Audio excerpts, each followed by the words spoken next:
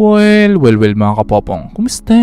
Anyway, talagang minsan nagagamit ang social media upang iparating sa mga kababayan natin ang mga pangyayari na minsan ay natatakluban pa ng mas maraming balita.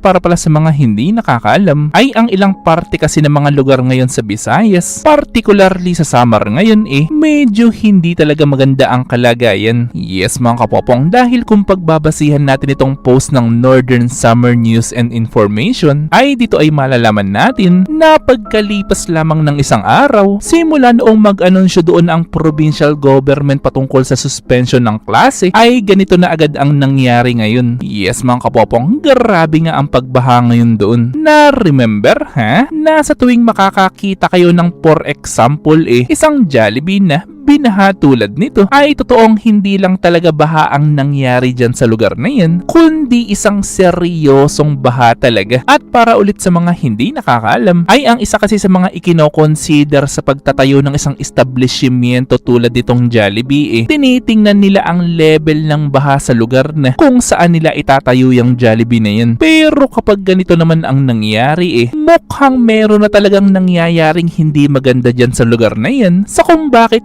kahit wala namang exactly na tumamang bagyo dyan sa lugar na yan, ay still sobrang taas na agad ng pagbaha. Na ang malaking tanong naman ngayon ay bakit nga ba nangyari yan? As in na nangyayaring biglaan ngayon sa summer. So papaano pa kaya kung naging sentro pa ng bagyo yung lugar na yan? Anyway, konting lecture muna tayo na habang ipinapakita ko sa inyo itong mga video na nangyayari ngayon doon. Actually, meron kasing ilang factors sa kung bakit nangyayari yan ngayon hindi lang sa summer, kundi na rin sa maraming parte rin ng Pilipinas ngayon. Which is syempre ang unang-una na nga dito walang iba kundi ang deforestation. Sabihin man kasi nating meron tayong DENR na nangangalaga ng ating kalikasan, pero ang hindi kasi maiiwasan ngayon totoong marami pa rin mga lugar dito sa Pilipinas na kahit bundok pa yan, ay gagawin at gagawin pa rin mga subdivision yan para lamang kumita ang iilang tao, na kahit pa nga yung mga low-lying na mga lugar na kahit alam nilang binabaha talaga, ay gagawan at gagawan pa rin nila ng paraan upang makapagpatayo lamang ng mga pabahay para maibenta. Paniguradong meron rin kayong mga kilalang developers na ganyan na ang gawain. Anyway, ang second factor naman walang iba syempre kundi ang climate change. Na remember mga kapopong na the more na tumataas ang temperatura o temperature ng mundo, ay isa rin yan sa mga dahilan sa kung bakit dumadami rin ang bagyo na nararanasan ng mundo. At ang pangatlong factor naman isama na rin natin itong usaping topography, most especially doon sa summer. Actually marami kasi mga valleys at mga bundok sa summer na kapag ang ulan ay tumama sa kabundukan doon, ay syempre i-expect nyo na ang tubig ulan ay bababa naman sa mga ilog doon. Pero kung pagbabasihan natin ang mga larawan ngayon sa internet patungkol nga doon sa baha na nangyayari ngayon doon, ay ang isa agad sa kapansin-pansin na nangyayari kasi doon yung mga overflowing na mga ilog ngayon doon. Sa madaling paliwanag, nasabihin man nating maraming ilog o malalaking ilog ngayon sa summer, pero ang tanong ay malalalim pa ba yung mga ilog na yan? Natandaan nyo na nawawala ang lalim o bumababaw ang mga ilog kapag ito ay natatabunan ng mga lupa na inaagos ng tubig ulan galing sa mga kabundukan.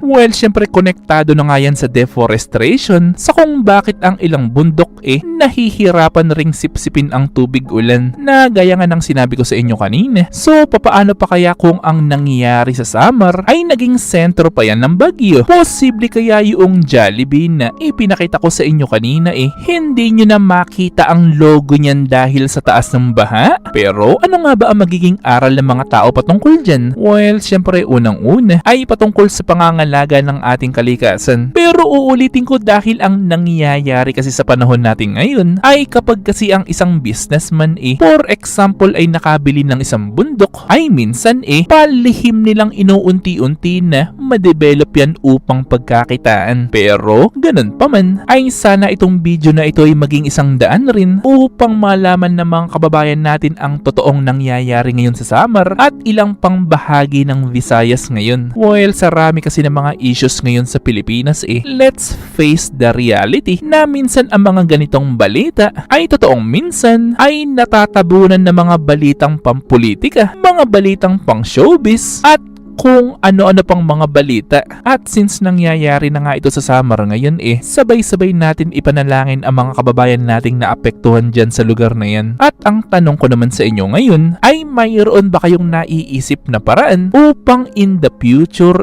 maiwasan na yung mga biglaang pagbaha na yan? O sa tingin o paniniwala nyo ba ay hindi na talaga mapipigilan yan dahil na rin sa unti-unting pagrami ng tao sa Pilipinas? Well, syempre gusto kong malaman ng inyong mga opinion, so i-comment lang yan sa baba. Ito ay aking babasahin ng personal at pupusuan. At syempre kung may nalaman o natutunan ka sa video ito ay mag-subscribe ka naman. At nandito na yung inyong mga shoutouts. At kayo rin mga kapopong, kung gusto nyo rin magpa-shoutout o mag-request ng video ay i-comment lang yan sa baba. At muli ito yung teacher Popong na nagsasabing, Te amo!